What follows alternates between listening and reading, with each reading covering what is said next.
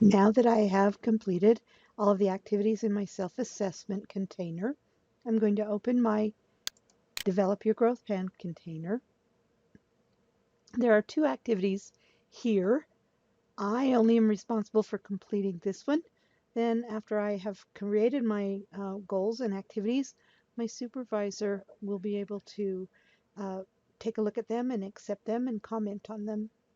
So I'm going to click on Teacher Created Goals and Activities. And you'll see that I can create a goal.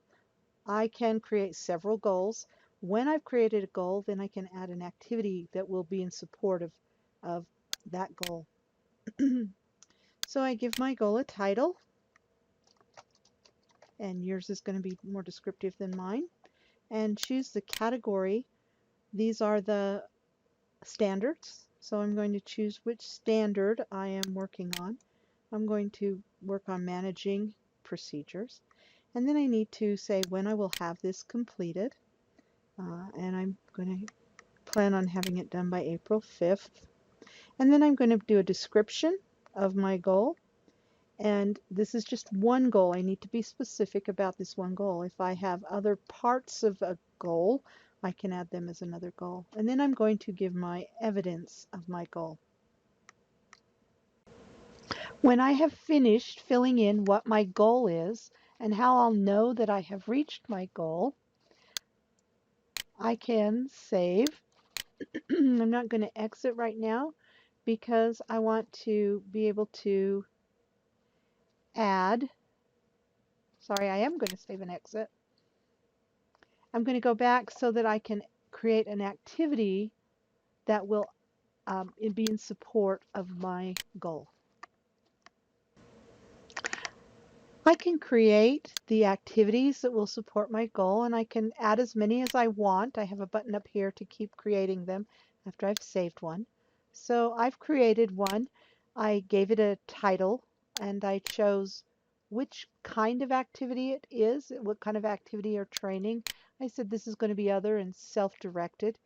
I said when I would finish it and about how much time it would take me to finish it, and then what the activity I will be doing is, and what I'll need in order to do that activity, and then how I'll know that this activity has had impact on me reaching my goal.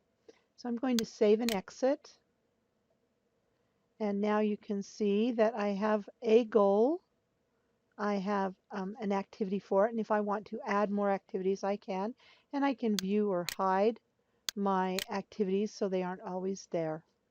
So now I've created whatever my principal wants. Sometimes they ask for one or two goals, but when I have created and finished that goal, I need to remember to mark this complete. When I mark it complete, the system will send an email to my principal telling him or her that my goal is completed and that it's time for them to go in and take a look and approve this. So when I mark it complete, you'll notice that now I have a green check on my next step. It's important to know that at any time you can go in and print a copy, a hard copy, to keep for your own records. I think this is probably a good idea just to have as a backup to the program in case anything goes wrong. So here you can see that I have a goal, I have my activities for the goal, and I have my mid-year reflection. If I want to print those forms, I click on print form, and then I have a couple of options here. I can decide just how much of the form I want to see or what parts. So I would think that the best idea would be to have everything that you have done so far each time and just make a printed copy. When I have checked all of these boxes so I know what I want, I can choose if I want this to be landscape or portrait orientation. Portrait works best for me. And then click print. It will open up whatever printers I have designated as my printer on my computer. Open this as a PDF. I click on the little printer and I'll get a printed hard copy with the date I printed it and all of the information that I have so far in my